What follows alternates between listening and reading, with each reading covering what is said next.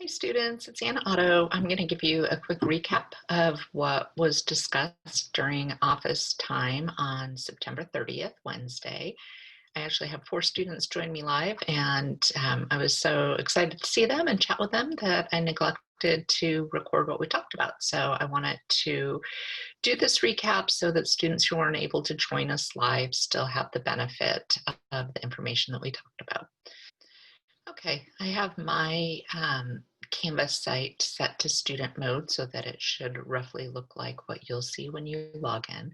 The 2 main questions that students had last night, first about the new discussion about children's books and just a little better understanding of what it was that we were doing, what I was looking for.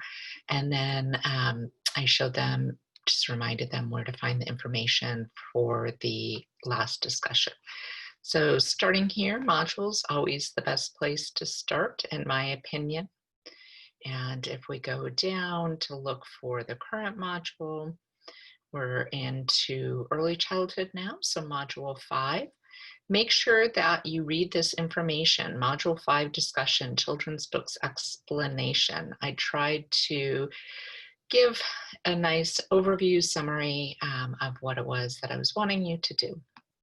So if we open that up, you can see that our main objective is to use books to think about children's development. So language development is expanding rapidly in the early childhood years, going from a few hundred words to thousands of words over the course of the age period. And the main way children develop language is by being exposed to language. So I have selected 5 books from which students can choose. They're all, in my opinion, really for this age group and already screened by me for things like the quality of the images, the text, the story and message, whether or not they appeal to a wide variety of students and learners. I think that all of these meet that criteria. Also, use lists of best children's books to help me narrow down the ones that I wanted to use for this story. All of the books have a link to a site called Nom Nom Read Read.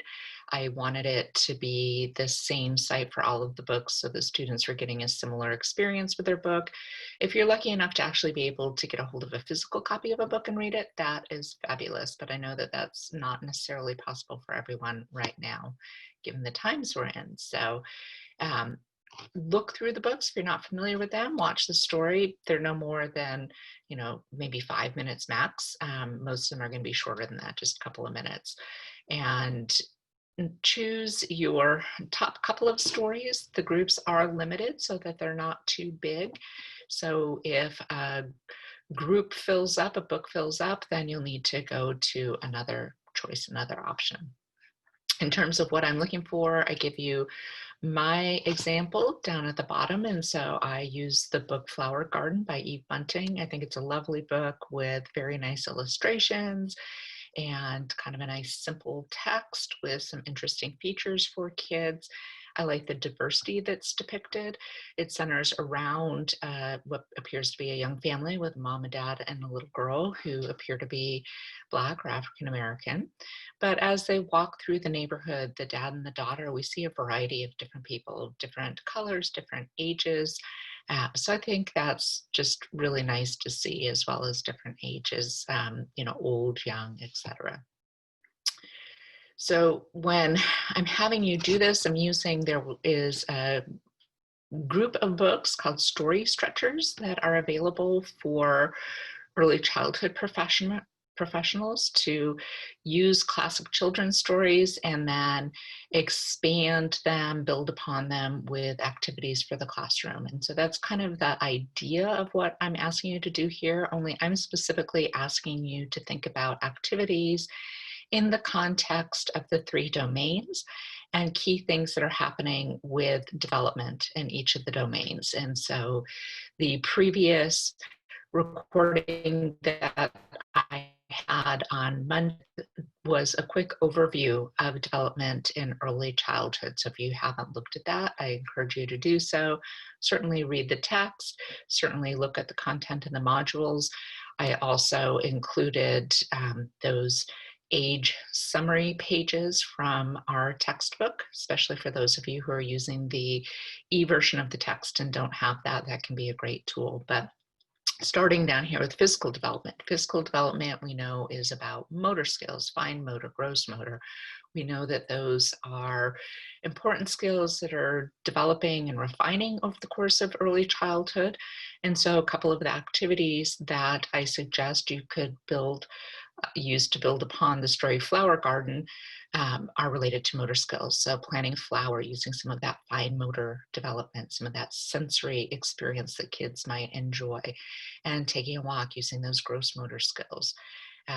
Also in physical development, there were things like health and nutrition. So having a mock birthday party with healthy treats, have kids brainstorm what are some healthy treats we could have, do you enjoy eating? Also maybe having a conversation, is it okay to have cake? I say, yeah, certainly. Now you're not going to have cake at every meal. Hopefully not going to have cake every day, but cake is a special treat is a really good thing. So starting to have some of those conversations with kids around health and nutrition can be really important. Cognitive is all about our thinking and learning skills.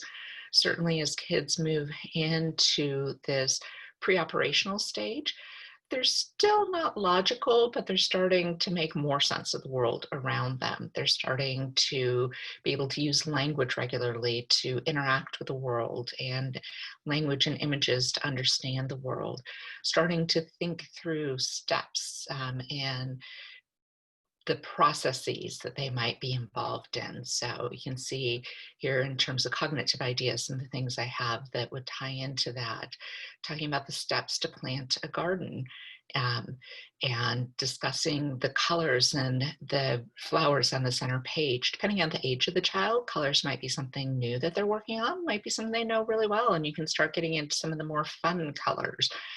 So you don't just have to have red, yellow, blue, green, your secondary and primary colors. You can also start talking about some of the fine tune, aqua, chartreuse, whatever other names you might know or might be appropriate. And then also counting. This is a time when kids are starting to count. Kids learn to recite their counting before they really know what it means. So a kid might be able to count, for example, to 10, 1, 2, 3, 4, 5, 6, 7, 8, 9, 10, but they might not really know what that means. And, so a kid they can count to 10. How many fingers do you have? 1, 2, 3, 4, 5, 6, 7, 8, 9, 10, right? Because I can count to 10. So I count until I run out of numbers. I know how to count. Obviously, I only have 5 fingers, so it's that learning that one-to-one correspondence between the number and the quantity that is part of conservation. And conservation of number is actually the first type of conservation that kids tend to master. So giving some opportunities for that, and that's the idea of counting the candles on the birthday cake, or you could count the flowers in the garden box that are in the book. And then working on some of the vocabulary, not only, maybe common color words and fancy color words, but then also if they know anything about the objects in the book. Not all kids are going to know what a trowel is, that little shovel that you use to garden, or the names of some of the different flowers that are shared in the book. So those are all great cognitive ideas. In terms of emotional and social, emotional obviously has to do those internal states and feelings and coming to understand and identify those, happy, sad, also some of the self-conscious emotions, maybe proud, guilty, those kinds of things. And then social has to do with interactions with others. So those connections that we build with others, those relationships that we have with others. So you could talk about how you show someone that you care about them. What kinds of things do you do to let mom or dad or somebody else know that you're thinking about them, that you care about them on their birthday or on another day? You could give them something special, like maybe tying it back with a suggestion from the physical domain there. If you plant a flower, maybe you give that flower as a gift to someone special. Could also talk about emotions, like, how do you think the mom felt when she came home and they had this birthday surprise for her? You know, she might have been excited, surprised, probably happy. Those are good words that you can start talking about and eliciting in children what might bring about those feelings in them. So that's just talking through how I came up with this list, how this list ties in with some of the development. I'm asking for you to do something similar. So if we look, the next page in the module actually outlines the specifics for the discussion. And so first of all, you have to sign yourself up to be part of one of the small groups, which are based on the book. So follow the instructions here. I just added this over here, people. And so if you click people, and then under the kind of top, it'll show you the groups, so children's books, and then you'll choose one of the books and add yourself to it.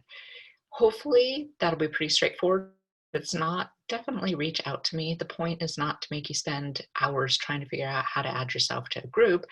It is best if students add themselves to a group. It's most efficient and you're most likely to get your first choice of group or second choice of group. But if you're really having problems, reach out to me. I can put students into groups too, but I like to give some choice and options to the students.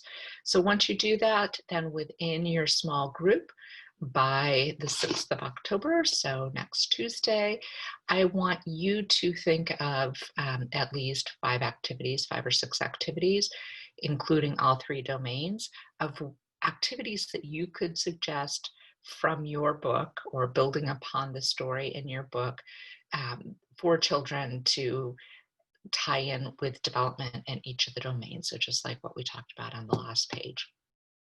So that's a Tuesday. That by Thursday, responding to your peers, looking at the list of suggestions that peers made, and then having from Thursday to the following Tuesday to talk as a group. So from all of the suggestions, all of the activity ideas, I want you to narrow it down to your top 6 ideas as a group. So you'll have some overlap. Some things will be suggested by more than one person.